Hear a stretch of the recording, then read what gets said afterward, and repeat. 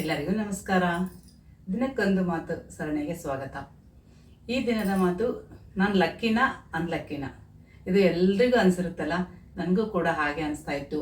ನಾನು ಅಂದ್ಕೊಂಡಿದ್ದು ಆಗ್ಲಾರ್ದಾಗ, ನನಗೆ ಕಷ್ಟ ಬಂದಾಗ, ದುಃಖ ಆದಾಗ ಎಷ್ಟೋ ಸಾರಿ ಅಂದ್ಕೊಂಡಿರ್ತೀನಿ, ನಾನು ಎಷ್ಟೇ ಅನ್ಲಕ್ಕಿ ಅಲ್ಲ, ನನ್ನಂಥ ದುರದೃಷ್ಟ ಯಾರೂ ಇರಲ್ಲ ಅಂತೇಳಿ ಎಷ್ಟೋ ಸಲ ಅಂದ್ಕೊಂಡಿದ್ದೀನಿ ನಾನು.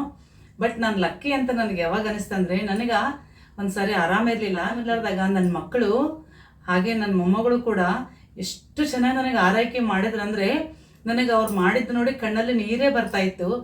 ನಾನು ಎಷ್ಟು ಲಕ್ಕಿ ಅಲ್ಲ, ನನಗೆ ಇಂಥ ಮಕ್ಕಳಿದ್ದಾರೆ. ಹಾಗೆ ನಮ್ಗೆ ಏನಾದರೂ ದೇವರು ಒಂದು ಕಡಿಮೆ ಮಾಡಿದಾನಂದರೆ 10 ಹೆಚ್ಚಿಗೆ ಕೊಟ್ಟಿರ್ತಾನಂತ ಹೇಳ್ತಾರೆ.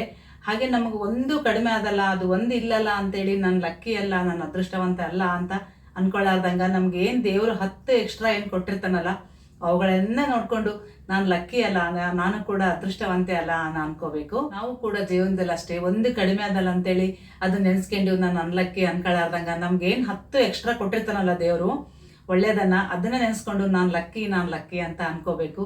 ನಿಮ್ಮಲ್ಲಿ ಕೂಡ ಯಾರಿಗಾದ್ರೂ ನಾನು ಲಕ್ಕಿ ಅಥವಾ ಅನ್ಲಕ್ಕಿ ಅಂತ ಅನಿಸಿದ್ರೆ ಕಮೆಂಟಲ್ಲಿ ತಿಳಿಸಿ. ಯಾವಾಗಲೂ ನಾವು ಒಳ್ಳೇದನ್ನೇ ವಿಚಾರ ಮಾಡ್ತಾ ಇದ್ರೆ ನಮಗೆ ಕೂಡ ಒಳ್ಳೇದಾಗುತ್ತೆ. ನಾನು ಲಕ್ಕಿನ ಅನ್ಲಕ್ಕಿನ ಅನ್ನೋ ಮಾತು ನಿಮಗೆ ಇಷ್ಟ ಆಗಿ ಲೈಕ್ ಮಾಡಿ. ಮತ್ತೆ ಮುಂದಿನ ಮಾತಿನೊಂದಿಗೆ ನಿಮಗೆ ಸಿಗ್ತೀನಿ. ನಮಸ್ಕಾರ.